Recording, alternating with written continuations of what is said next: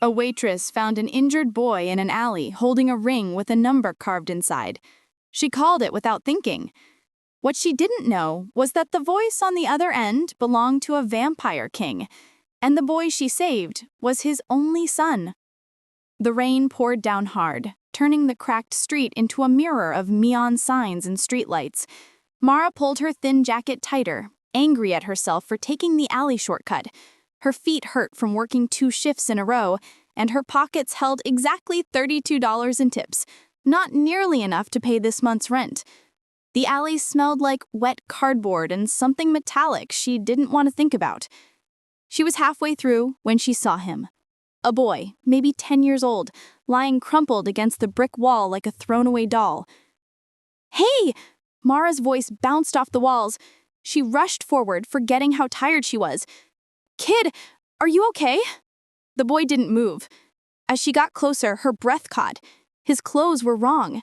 A velvet vest with real silver buttons, pants that looked handmade, like something from a costume show. But the fabric was soaked through, sticking to his small body. Mara dropped to her knees beside him, not caring about the puddles soaking through her jeans. "Can you hear me?" She pressed 2 fingers against his neck, searching for a heartbeat. Nothing. Her heart pounded as she tried his wrist instead. Still nothing. But he was warm. Too warm for someone lying in the rain. And his skin, it was impossibly pale, almost see-through in the dim light. Come on," she whispered, tilting his head back to check his airway. That's when she noticed his hand. Small fingers squeezed tight around something. She gently opened them. A ring, heavy gold with a detailed design carved on top. A crown stabbed through by thorns, surrounding a single drop of what might have been a ruby. The detail was amazing, the kind of work you'd see in a museum. She turned it over and her heart stopped. Numbers were carved inside the band. A phone number. Mara stared at the unconscious boy, then at the ring, then back at the boy. Every feeling screamed, "This is wrong. Wrong clothes, wrong situation, wrong everything." She should call 911. That's what normal people did. But something about the ring felt purposeful, like it was meant to be found. Her phone was already in her hand. Before she could second-guess herself, she dialed. 1 ring. 2 rings. "Speak." The voice that answered wasn't a greeting. It was an order. Deep, smooth, with an accent she couldn't place. British? Maybe Eastern European? It made the hair on my arms stand up. Mara's voice cracked. She cleared her throat. "I found a boy. He's unconscious in an alley on 5th Street near the old theater. He has no pulse, but he's warm, and he's holding this ring with this number." "Describe him." The voice cut through her rambling like a blade. "Maybe 10 years old, really pale, dark hair, wearing weird fancy clothes." "What color are his eyes?" "I don't know. They're closed. He's unconscious." "Open them." The command in that voice left no room for argument. Mara's hands shook as she gently lifted one of the boy's eyelids. She gasped. His iris was the color of amber, but inside it, tiny flecks of gold seemed to move like sparks in a dying fire. "Gold," she whispered, "with gold flecks that move." The silence on the other end stretched so long she thought the call had dropped. "Your name." It wasn't a question. Mara Chen, look, this kid needs a hospital." "Stay exactly where you are. Do not let anyone come near him. Do not call anyone else. We are coming." "Wait, who are?" The line went dead. Mara stared at her phone, her mind racing. We? Who was we?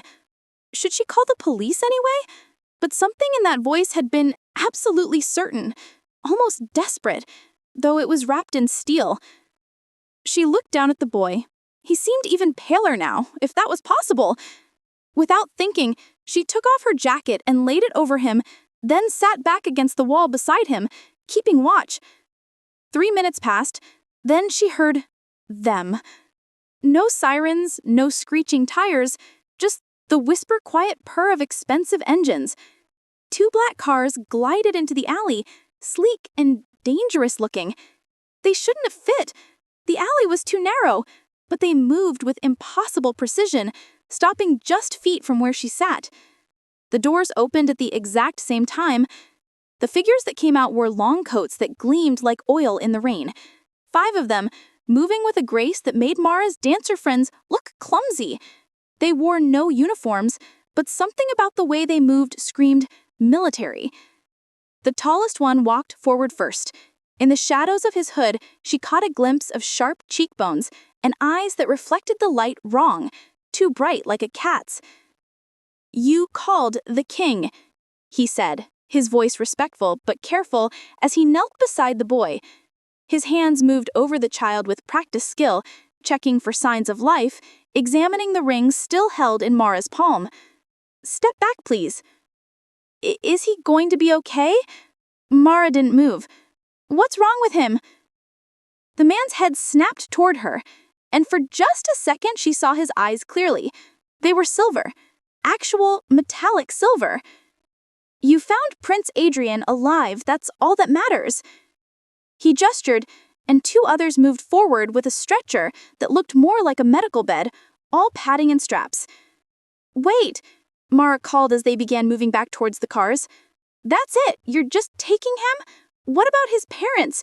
What about—" The tall man paused at the car door, turning back to her. In the light from inside the vehicle, she could see his face clearly now. Beautiful and terrible at once. Too perfect to be human. "Miss Chen, go home. Lock your doors. Someone will contact you within 24 hours. He paused, and something almost like sympathy crossed his features. "And for what it's worth, thank you. Adrian is precious to many. You did a brave thing tonight." Then they were gone, the cars sliding back out of the alley as silently as they had arrived, leaving Mara alone in the rain with her soaked jacket and $32 in tips and the absolute certainty that her life would never be the same. Mara didn't sleep. She sat on her lumpy couch, staring at her phone, waiting for it to ring. Her wet clothes had left a damp spot on the cushions, but she couldn't bring herself to care. Prince Adrian. The name rolled around in her mind like a marble in an empty jar. Prince of what? And those eyes. Silver eyes that reflected light like animal eyes. The way they moved, silent and perfectly together. She'd Googled Prince Adrian 17 times. Nothing matched. No missing child reports. No royal families with that name. At 4:47 a.m., someone knocked on her door. 3 precise knocks. Not the pounding of police or the timid tap of a neighbor. Something in between. Mara's hand trembled. When she looked through the peephole, a woman stood in the hallway, impossibly beautiful, wearing a perfectly fitted black suit. Her skin was dark and flawless, and her eyes, even through the distorted glass, seemed to glow faintly. "Miss Chen, we spoke on the phone. I'm here to take you." Mara hadn't opened the door. The woman shouldn't have known she was looking. "Take me where?" Mara's voice cracked. "The king wishes to speak with you about Adrian." A pause. "Please, the boy is asking for you." That did it. Mara opened the door. The woman's smile was polite, but revealed nothing. "Bring nothing. You'll return before dawn." The car ride took 40 minutes, winding through parts of the city Mara barely recognized. They stopped at the old Cathedral of Saints, the one that had been under construction for the past 10 years. The woman led her around the back to a service entrance that looked rusted shut. It opened at her touch. The stairs going down seemed endless. Emergency lights flickered at intervals, casting everything in sickly yellow. Mara counted 73 steps before they reached a door made of something that looked like black marble. The woman placed her palm against it. The door swung inward silently. Mara's breath caught. The chamber beyond was huge, with arched ceilings that disappeared into darkness. Chandeliers hung like frozen waterfalls of crystal, casting cold white light across furniture that belonged in a palace. Tapestries, older than the city itself, lined the walls. And everywhere, people in elegant clothes watched her with eyes that caught the light wrong. "This way." They walked through a line of stairs. Mara heard whispers in languages she didn't recognize. Her sneakers squeaked on the polished floor. At the far end, on a raised platform, sat a man in a chair that wasn't quite a throne but commanded the same respect. Lucien. She knew it was him instantly. The voice on the phone made flesh. He was tall, even sitting down, with dark hair pulled back from a face that could have been carved from pale marble. His suit was perfect, midnight blue that seemed to absorb light. But it was his eyes that froze her in place, ice blue, ancient, and fixed on her with an intensity that made her feel transparent. Miss Chen.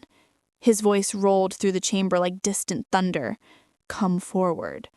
Mara's feet moved before her brain caught up. She climbed the 3 steps to the platform and stopped, unsure whether to bow or shake hands or... You found my son on 5th Street at approximately 11:43 p.m. Not a question. Tell me everything. Every detail. What he looked like, how he was positioned, whether he spoke. He didn't speak. He was unconscious, no pulse, but warm. He was just there against the wall. Mara's words tumbled out. His clothes were fancy, old-fashioned, and he was holding the ring. He was holding your ring so tight I had to pry his fingers open. Did you touch the crest? Just to turn it over and see the number. Why? Lucien's expression didn't change, but something flickered in those ancient eyes. The crest is enchanted. It should burn human skin on contact, yet you show no marks. Mara looked at her palm. Perfectly fine. I don't understand. Neither do I. Lucien stood, descending the steps with liquid grace. Up close, she could see he was even taller than she'd thought, at least 6.5 feet. He circled her slowly, studying. Adrian disappeared from the castle grounds 3 hours before you found him. He was taken. The substance in his bloodstream was enchanted silver, extinct for 2 centuries. Someone got it specifically to harm him. Is he okay? The question burst out before Mara could stop it. For the first time, something softened in Lucien's expression, almost imperceptibly. He's recovering, but he's been asking for you, calling your name in his sleep. We've never met before tonight, have we, Miss Chen? Never. Then how does my son know your name? The question hung in the air like a blade. Before Mara could answer, a commotion erupted from a side corridor. A small figure in an oversized white shirt broke free from a nurse's grasp and ran across the chamber. Mara! Adrian threw himself at her, small arms wrapping around her waist. Mara instinctively caught him, kneeling down. Over his head, she met Lucien's gaze. The vampire king stared at his son clinging to a human stranger, and for just a moment, Mara saw something almost like fear cross his perfect features. Adrian, you need to rest. No! Adrian's grip tightened. She saved me. She's safe. I know she's safe. Mara caught the emphasis on that word. No. Not think, not feel. No. Lucien's jaw tightened. Miss Chen, it seems you've become tangled in our world whether either of us wishes it. He gestured to the woman who'd brought her. Prepare a room. She stays here tonight, under guard, for her protection. Wait, I didn't agree to... Someone tried to kill my son with a weapon that shouldn't exist. They failed because of you. That makes you either a witness or an accomplice. Until I determine which, you're not going anywhere. They let her go at dawn. Mara stumbled into her apartment as pale sunlight crept through the blinds, exhausted but too wired to sleep. Lucien had questioned her for 2 more hours. The same questions, different angles, watching her face for any flicker of lying. Adrian had finally been coaxed back to bed, but not before making her promise to come back. The way he looked at her, like she was the only solid thing in a world falling apart, haunted her more than the silver-eyed guards or the underground palace. She showered, changed into her diner uniform, and caught the bus to work. Normal. She needed normal. The morning shift crawled by in a blur of coffee refills and breakfast orders. Mara kept glancing at the windows, half expecting to see those sleek black cars. But there was nothing, just regular people living regular lives, completely unaware that beneath their city lurked an entire world of, what, vampires? The word felt ridiculous even thinking it. But those eyes, the way they moved, the underground palace. Prince Adrian to table 6 needs a refill, Mara. Her manager's voice snapped her back to reality. She grabbed the coffee pot and made her rounds. Table 6 was occupied by a man in gray hoodie, face hidden, nursing a cup of black coffee that had gone cold an hour ago. He'd been there since I arrived. Mara approached. "Warm that up for you?" He looked up and her hand froze. His eyes were completely normal, brown, tired, human, but something in the way he watched her made her skin crawl. "No, thank you." His voice was soft, polite. "Actually, I think I'm done." He stood, leaving a $20 bill on the table. Way too much for one coffee. And beneath it, a silver coin. Mara's blood turned to ice. She'd seen that metal before, heard Lucian describe it, enchanted silver, extinct for 2 centuries. By the time she looked up, the man in the gray hoodie was across the street, standing perfectly still, watching her. Then he turned and walked away. Mara's hands shook as she picked up the coin. It was warm, almost hot, with symbols etched around the edge that seemed to shift when she wasn't looking at it directly. In the center was that same crest, a crown pierced by thorns. She pocketed it quickly, looking around. 2 other customers sat in the diner, both absorbed in their phones. Through the window, she saw the man in the gray hoodie across the street, standing perfectly still, watching. Then he turned and walked away. Mara's shift ended at 3. She took a different route home, checking over her shoulder every few steps. The streets felt wrong somehow, like stage sets with actors hidden in the wings. At the corner store, she bought instant noodles and noticed the clerk's hands. Normal, human, she'd never been so relieved to see someone bite their nails or have a crooked thumb. Her apartment building looked the same as always. Worn brick, graffiti on the door, broken intercom. She climbed the 4 flights of stairs, keys already in hand. Inside, she locked the door, threw the deadbolt, and jammed a chair under the handle like she'd seen in movies. Then she pulled out the silver coin. In the light from her window, the symbols seemed clearer. Not words exactly, but meaning flowed into her mind anyway. Marked, witnessed, found. Her phone rang. Unknown number. "Hello? Miss Chen," Lucian's voice, though she hadn't given him his number. "Where are you?" "Home. How did you—" "Stay away from your windows. Lock every door. My people are on their way." "What? Why?" "Because someone left a tracking coin at your workplace 30 minutes ago, and every hunter within 50 miles now knows exactly where to find the human who saved Adrian. They're coming for you." The line went dead. Mars high-hammered. She backed away from the window, coin clutched in her shaking hand. That's when she noticed the glass. Fog. Condensation on the inside of her window even though it wasn't cold. And written in the fog, one word in elegant script. Marked. A crash from the fire escape made her spin around. A figure in dark clothing dropped onto her balcony, face hidden by a mask, then another and another. Mara ran for her door, fumbling with the chair. Behind her, glass shattered. Cold air rushed in. She got the door open just as a hand grabbed her shoulder. She screamed, twisting away, and threw the silver coin at her attacker. The figure pulled back with a hiss, smoke rising from where the coin touched skin. Mara didn't wait. She ran. The hallway blurred as she sprinted for the stairs. Behind her, footsteps. Too many footsteps. She took the stairs 3 at a time, nearly falling, catching herself on the railing. 2nd floor. 1st floor, the lobby. The building's front door exploded inward. But it wasn't the hunters. Silver eyes gleamed in the darkness as figures in black coats poured through, moving with that same dangerous grace. The tall one from the alley, the one who called Lucian King, pointed at her. Get her out, now.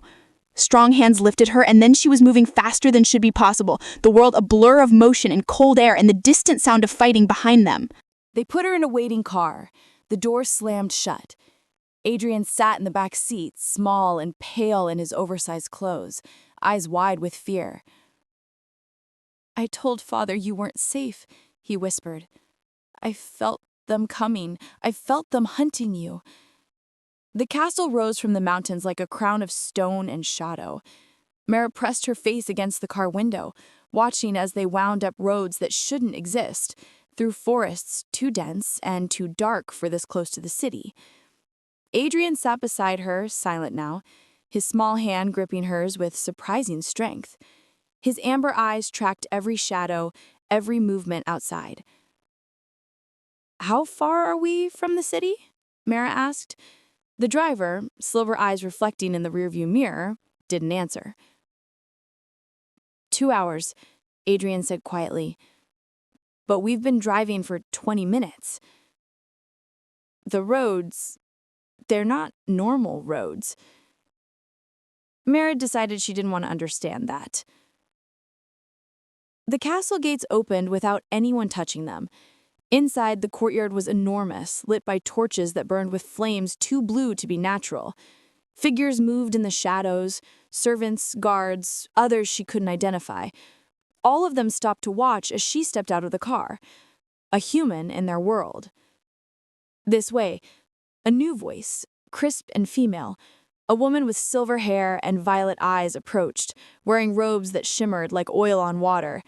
"The king has called an emergency session. You're to attend." "Wait, I should change. I'm still wearing—" "There's no time." The woman's gaze flickered over Mara's diner uniform with barely concealed disgust. The court gathers. They walked through corridors that seemed to shift, doors appearing and disappearing in peripheral vision.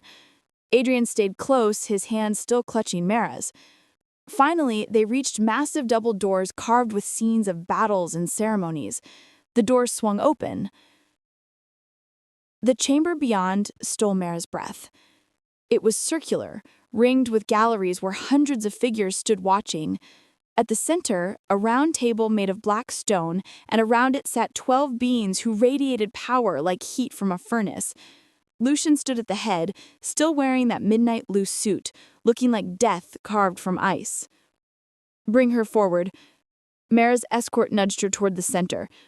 Adrian tried to follow, but the silver-haired one held him back. He struggled, eyes flashing gold. "Adrian, stay." Lucian's voice cracked like a whip.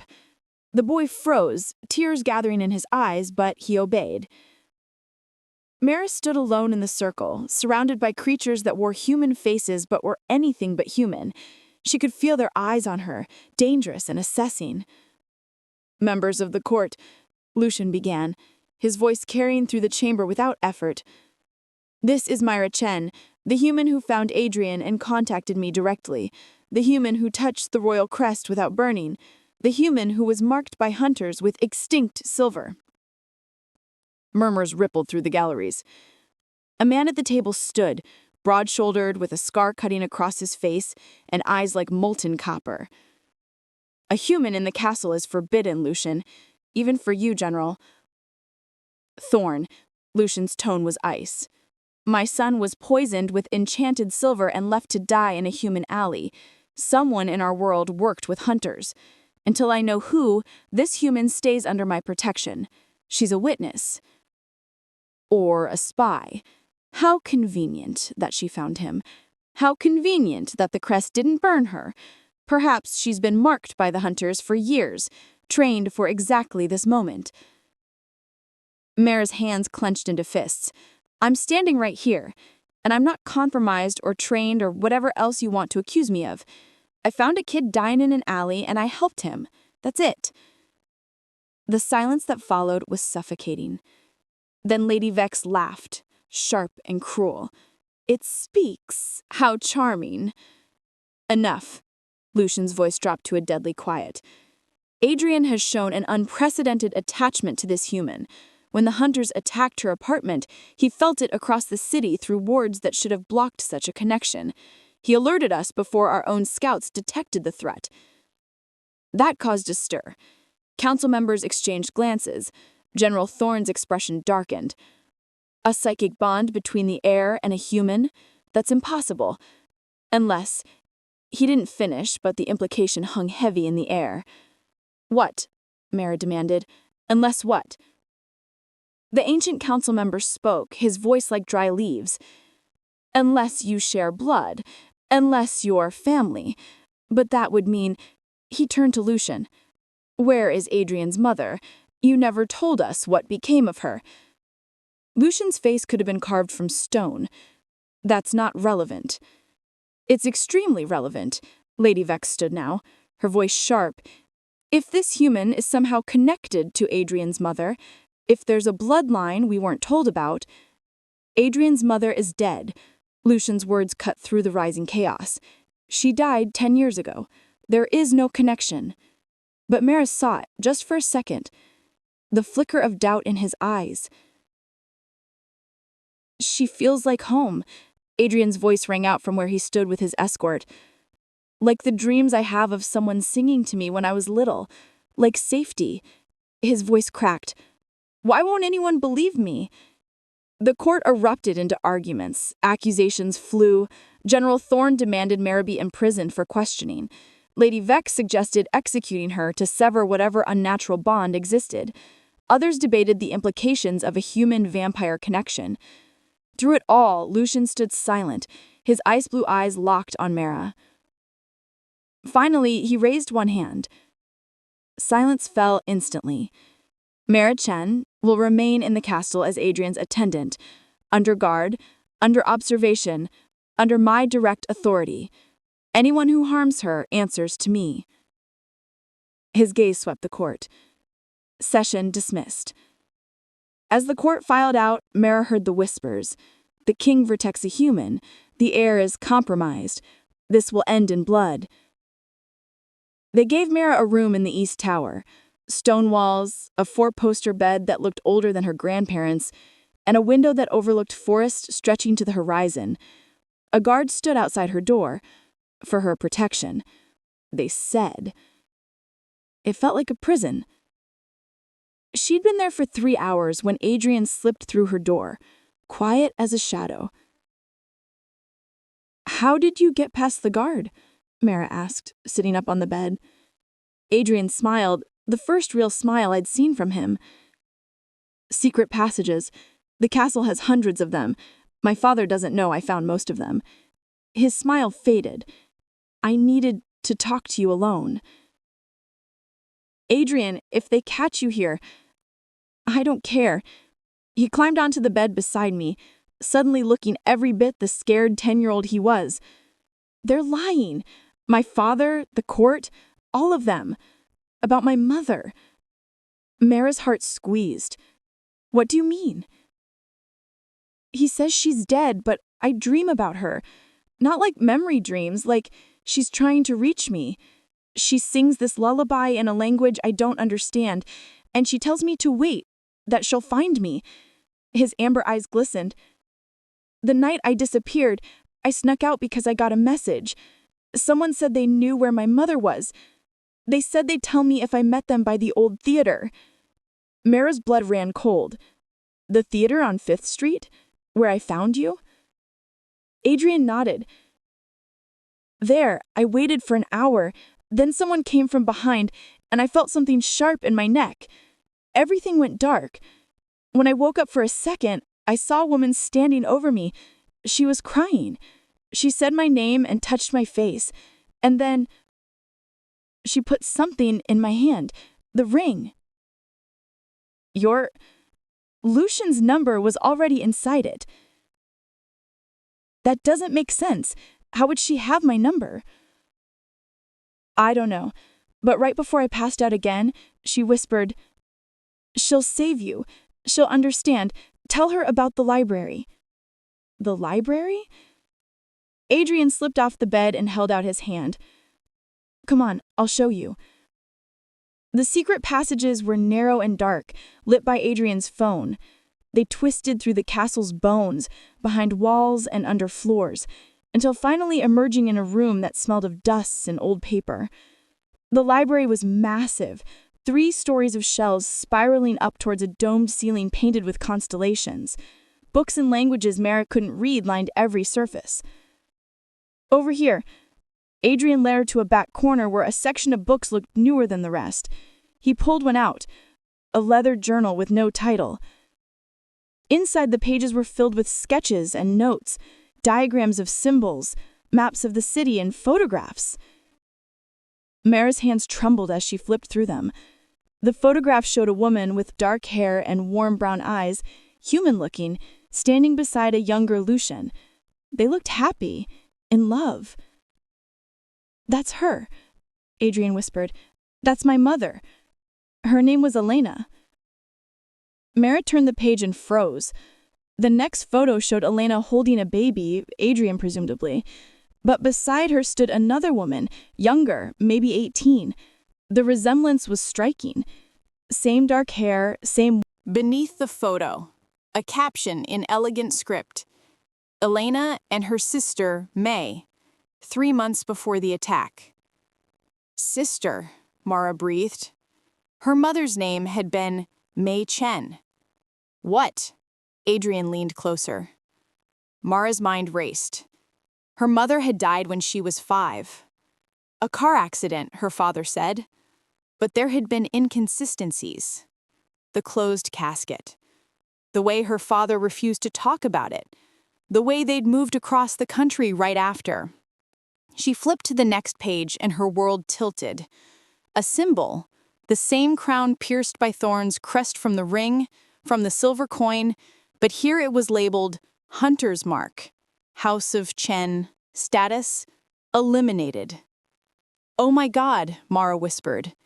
Adrian grabbed her arm. What? What does it mean? Before she could answer, the journal was ripped from her hands. Lucian stood in the doorway, his face a mask of controlled fury. Behind him, General Thorne and 2 guards. "Adrian, to your room, now." "But father, I can explain." "Now." Adrian's face crumpled, but he obeyed, shooting Mara one last desperate look before disappearing through a different door. Lucian stepped closer, the journal in his hand. "How much did you see?" Mara's voice shook but held steady. "Elena was my aunt. My mother was Mei Chen, the House of Chen. That's my family, a hunters who supposedly went extinct." I laughed bitterly. "You killed them. You killed my family." "Your family tried to assassinate me. They poisoned Elena to get to me. She was human, vulnerable. By the time we realized what they'd done, it was too late." Something cracked in his composure. "She died giving birth to Adrian. Her last words were begging me to spare her sister, your mother. So I did. I let May live on the condition that she disappeared, gave up the hunt, lived as a normal human." "And the car accident?" Lucian's silence was answer enough. "You killed her anyway," Mara whispered. "No." General Thorne stepped forward, his copper eyes gleaming. "Rogue hunters did. May had something they wanted, information about a weapon, enchanted silver. She wouldn't give it up, so they killed her." His smile was sharp. "They've been searching for her daughter ever since, and now you've delivered yourself right to us." The pieces clicked together. The tracking coin, the way Adrian sensed her, the connection. She wasn't just a witness, she was bait. And the hunters are already inside. "You're going to use me to draw them out." Mara's voice was flat, emotionless. Shock had given way to cold clarity. Lucian studied her with those ice-blue eyes. Yes. At least he was honest. "They want whatever your mother hid," General Thorne added, circling her like a predator. "Information about how to make enchanted silver. The last sample was used on Adrian as a test. If they can manufacture more, they can kill every vampire in this castle. So you'll dangle me in front of them like a worm on a hook." "We'll protect you," Lucian said. "But they need to believe you're vulnerable, alone." "I am alone." Mara's laugh was bitter. "I have been since I was 5. Something flickered across Lucian's face. Regret? Sympathy? It was gone too quickly to tell. "There's another coin," Mara said suddenly. "The man at the diner left one. I threw it at the hunter in my apartment. It burned him. That means they're already making more silver. Your window is closing." Lucian and Thorn exchanged glances. "Where's the coin now?" Thorn demanded. "My apartment, unless your people grabbed it." Lucian pulled out his phone, speaking rapid commands in a language Mara didn't recognize. He listened, then cursed softly. "The coin is gone. Someone took it during the cleanup." "Inside job," Thorn growled. "Someone in the castle is feeding them information, which means the trap needs to be sprung now. Tonight." Lucian turned to Mara. "Can you retrace your steps? Go back to where you first encountered the man in the diner?" "You want me to walk around the city as bait? With an elite guard shadowing you. They'll be invisible, but they'll be close." Lucian stepped closer, and despite everything, Mara felt the weight of his presence. Ancient, powerful, dangerous. "I need to know who in my court is betraying us." Mara thought of Adrian, of the fear in his eyes, of her mother, her Aunt Elena, all the secrets and lies. "Fine, but I have one condition." Lucian raised an eyebrow. "When this is over, you tell me everything. No more secrets. I want to know what my mother was protecting. I want to know why Elena died. All of it." A long pause. Then, agreed. 2 hours later, Mara walked through downtown in the same clothes she'd worn that morning. The diner uniform, now rumpled and stained. She looked exactly like what she was. Exhausted, alone, vulnerable. The evening crowd flowed around her. Normal people heading to dinner, to bars, to ordinary lives. None of them knew that death walked among them, wearing human faces. Mara's earpiece crackled. "Left side, 20 meters. Gray jacket," Thorn's voice. She glanced casually. A man in a gray jacket, not the same one from the diner, but similar. He was watching her reflection in a shop window. "I see him." "Keep walking. We're tracking 3 others. They're coordinating." Her heart hammered, but she kept her pace steady. At the corner, she turned towards the warehouse district. Abandoned buildings, fewer cameras. Exactly where someone would go if they were trying to disappear. The streets grew emptier. Streetlights flickered. "Mara," a new voice in her ear. "Lucian, 2 more behind you. They're closing in. When I give the signal, drop to the ground." "What signal?" A figure stepped out from an alley ahead. The man from the diner, gray hoodie pushed back. His face was ordinary, forgettable, except for his eyes, filled with hate. "Mara Chen, daughter of Mei Chen, of the House of Chen. You have something that belongs to us." "I don't know what you're talking about." "Your mother stole our family's research, the formula for enchanted silver. She hid it before we could retrieve it. Tell us where, and we'll make your death quick." "And if I don't know?" His smile was cold. "Then, we'll make it slow." 4 more figures emerged from the shadows. They formed a circle around her, closing in. "Now," Lucian's voice cracked in her ear. Mara dropped. The world exploded into motion. Vampires descended from rooftops, impossibly fast, impossibly graceful. Thorn hit the ground like a meteor, his fist connecting with the diner man's face. Bones cracked, blood sprayed. But the hunters were ready. They pulled out weapons, crossbows loaded with bolts that gleamed silver. One fired. A vampire guard screamed. The bolt lodged in his shoulder, smoke rising from burning flesh. Mara scrambled backwards as the fight erupted around her. Vampires moved like liquid death, but the hunters had silver. Every hit on a vampire sizzled and burned. The diner man recovered, pulling out a knife, silver blade, ornate handle.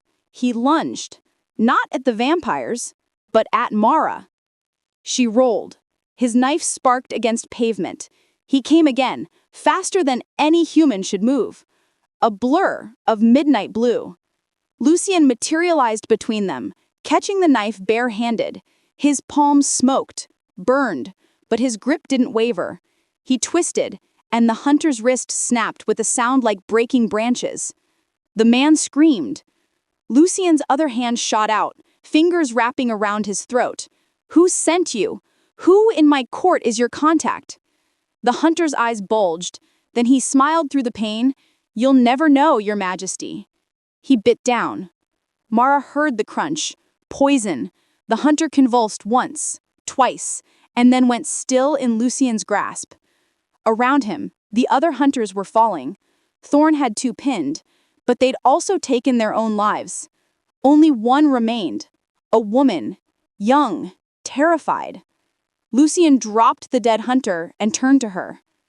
"Talk." The woman's eyes darted desperately.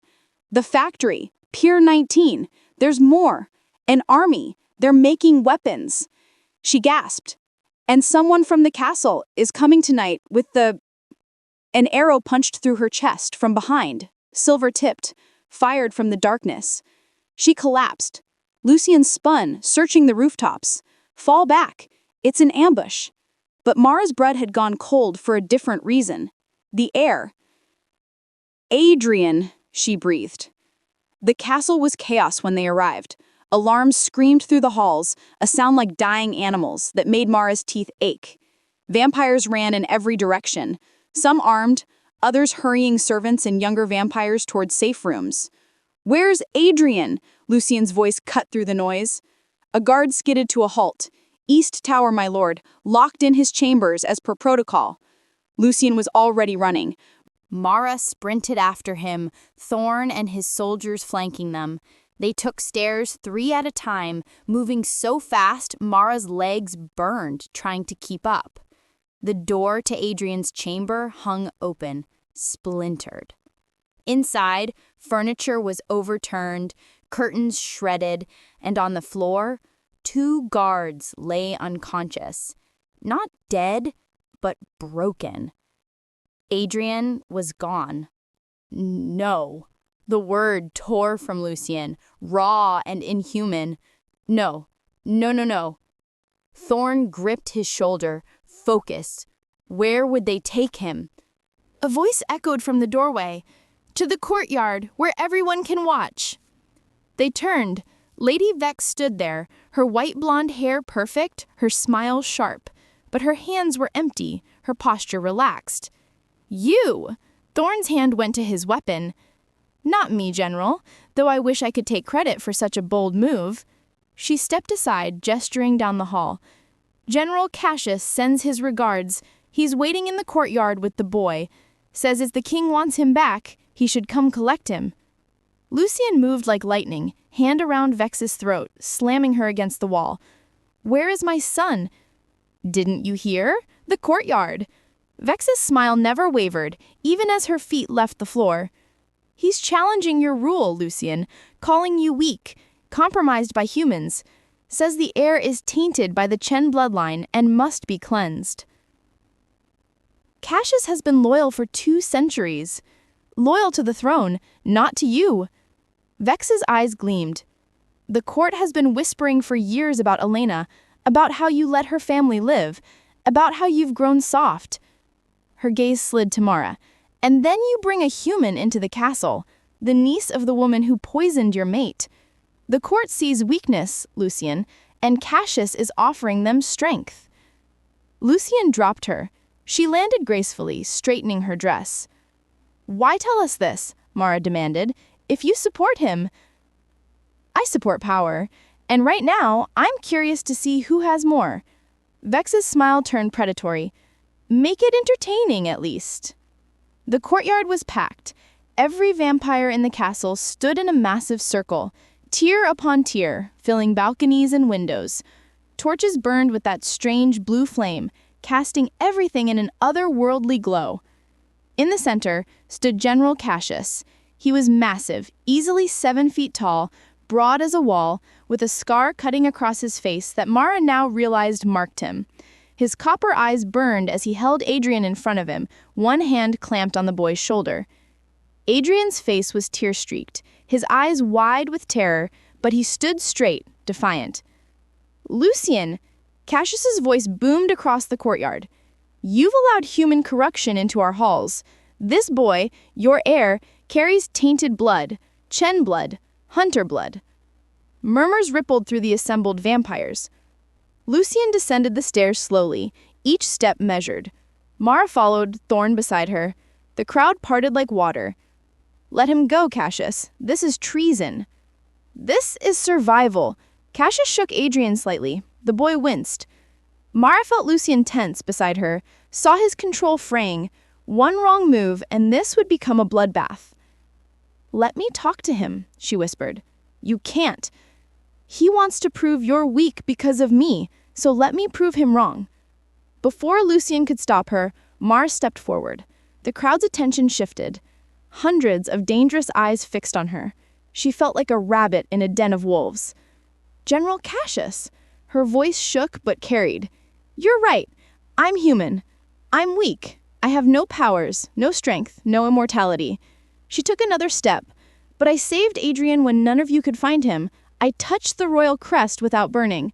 And I figured out in 3 days what your intelligence network missed, that hunters were inside your walls." Cassius's eyes narrowed. Brave words for prey. "My mother died protecting a secret from the hunters. My aunt died giving life to that boy you're holding. The Chen family didn't poison Elena. Rogue hunters did, trying to get to Lucian through her. My mother refused to help them, so they killed her too. And now they want to kill Adrian to destabilize the throne." "Lies," Cassius spat. "Then why did you meet with them?" The voice came from above. Every head turned. On a high balcony stood the ancient council member, holding a document. "I had our archives searched. General Cassius made 3 unauthorized trips to the city in the last month. Each time, hunters attacked shortly after." He let the paper drift down. "You're not saving us from humans, Cassius. You're selling us to them." The crowd erupted. Vampires surged forward. Cassius's face twisted with rage. His hand moved to Adrian's throat. Then the boy dies. A silver blade erupted from his chest. Adrian had pulled a knife from Cassius's own belt and driven it upward with strength no 10-year-old should possess. The enchanted silver burned, and Cassius screamed, releasing the boy. Adrian stumbled away. Lucian was there instantly, pulling his son behind him. Cassius fell to the knees, smoke rising from the wound. He looked up at Lucian with hate-filled eyes. "This isn't over." "Yes," Lucian said softly. "It is." He moved faster than sight. When he stopped, Cassius's head rolled across the courtyard stones. Silence. Absolute, suffocating silence. Then Lucian turned to the assembled court, his voice carrying to every corner. "Let it be known, Mara Chen is under royal protection. Any who harm her, threaten her, or question her place here will answer to me personally." His ice-blue eyes swept the crowd. "And to be clear, that is not a request. That is law." He placed one hand on Adrian's shoulder, the other he extended toward Mara. She took it. Together they walked through the silent crowd back towards the castle. Behind them, Cassius's body turned to ash in the torchlight. 3 days later, Mara stood on the castle balcony, watching the sunrise paint the mountains gold and crimson. Her diner uniform was gone, replaced with clothes that actually fit, simple, comfortable, but made from fabric that probably cost more than her monthly rent. Her apartment was gone too. The hunters had burned it the night of the ambush, destroying any evidence her mother might have hidden there. Everything Mara owned in the world now fit in a single bag. She should have felt lost. Instead, she felt strangely free. "You're up early," Adrian's voice came from behind her. She turned. He looked better, color in his cheeks, gold bright in his eyes. The terror of 3 nights ago had faded, though I caught him having nightmares sometimes, crying out for his mother. "Couldn't sleep," Mara admitted. "Too much thinking." Adrian joined her at the railing. For a while, they just watched the sunrise together. "Then Father wants to talk to you today. About your choice." The choice. Stay or go. Remember or forget. Lucian had offered her a clean exit yesterday. A memory wipe, a new identity, money to start over anywhere in the world. She'd be safe, protected, free from the vampire world forever. Or she could stay. Become Adrian's guardian, his teacher, his bridge to the human world he'd never truly known. Live in the castle, surrounded by creatures who'd never fully trust her, bound to a family marked by tragedy. "What do you want me to do?" Mara softly asked. Adrian's hand found hers. "I want you to stay, but that's selfish. You have your own life, your own... I have nothing. The words weren't bitter, just honest. No family, a job that barely paid rent, an apartment full of secondhand furniture and frozen dinners. She squeezed his hand. But here I have you, I have purpose. I have something that matters. Adrian's eyes shimmered. You really mean that? Yeah, kid, I really do. He threw his arms around her waist, burying his face in her side. Mar held him, this strange vampire prince, who somehow felt more like family than anyone had in 15 years. Though I should probably learn how to fight, she added, if I'm going to survive here. Adrian laughed, the sound bright and clear. Thorn already volunteered to train you. He says anyone who throws enchanted silver at a hunter's face has potential. That's terrifying and oddly sweet. Miss Chen. Lucian's voice made them both turn. He stood in the doorway, impeccable as always in a dark suit, but something in his expression was softer than she'd seen before. May I speak to you, alone? Adrian reluctantly let go, shooting his father a warning look before disappearing inside. Lucian joined her at the railing, and for a long moment they stood in silence. I owe you an apology, he said finally. Several, actually, for using you as bait, for not telling you about your family, for the years your mother spent in hiding because of my world. She made her choice, Mara said, to protect whatever secret she had, to protect me. The formula was hidden in a lullaby. Lucian's voice was quiet, the one Elena used to sing to Adrian. Your mother encoded the enchanted silver formula into the melody and lyrics, a language only the Shen family understood. That's why the hunters wanted Adrian. They thought if they tortured him enough, he'd remember the song completely. Mara's breath caught. That's why he dreams of his mother singing. Yes, the memory is locked in his mind, inaccessible even to him. Your mother ensured the secret died with her, but Adrian connects to you because you carry her blood. You're the closest thing he has to his mother, to Elena. Is that why you're letting me stay? Because I'm useful? No. The answer was immediate and firm. I'm letting you stay because my son needs you, because you've proven yourself 10 times over, and because... He paused, something vulnerable flickering across his features. Because Elena would have liked you. You have her courage, her kindness. Mara felt tears prick her eyes. I wish I'd known her, known my mother as she really was. I can tell you stories when you're ready. Lucian's hand rested on the railing near hers, not touching, but close. This world is dangerous, Mara. There will be more threats, more politics, more nights where death comes calling. The hunters won't stop. The court will test you.